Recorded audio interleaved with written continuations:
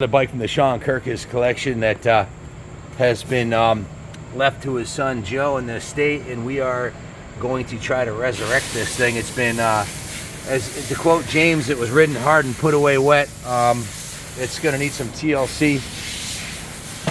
Joe's got $1,000 budget on what we can do on it, so we'll see what kind of magic we can make happen.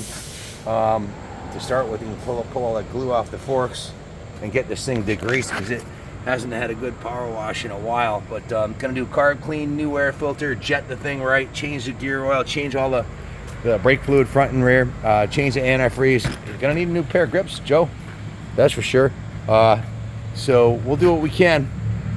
A frame off on a bike like this can run north of 10, but then they're worth 12 to 15. But we're gonna just get it running because he wants to ride it, so it's gonna be a rider. So stay tuned. This is the before. We'll see what we, and it does not run, hasn't run in a long time. We'll see what the after, what we can do with a limited budget of $1,000 with parts. So stay tuned. God bless America. Say a prayer for us on this one. We'll see how far we can get it for his to Sean's memory, so Joe can wheelie this thing off into the sunset.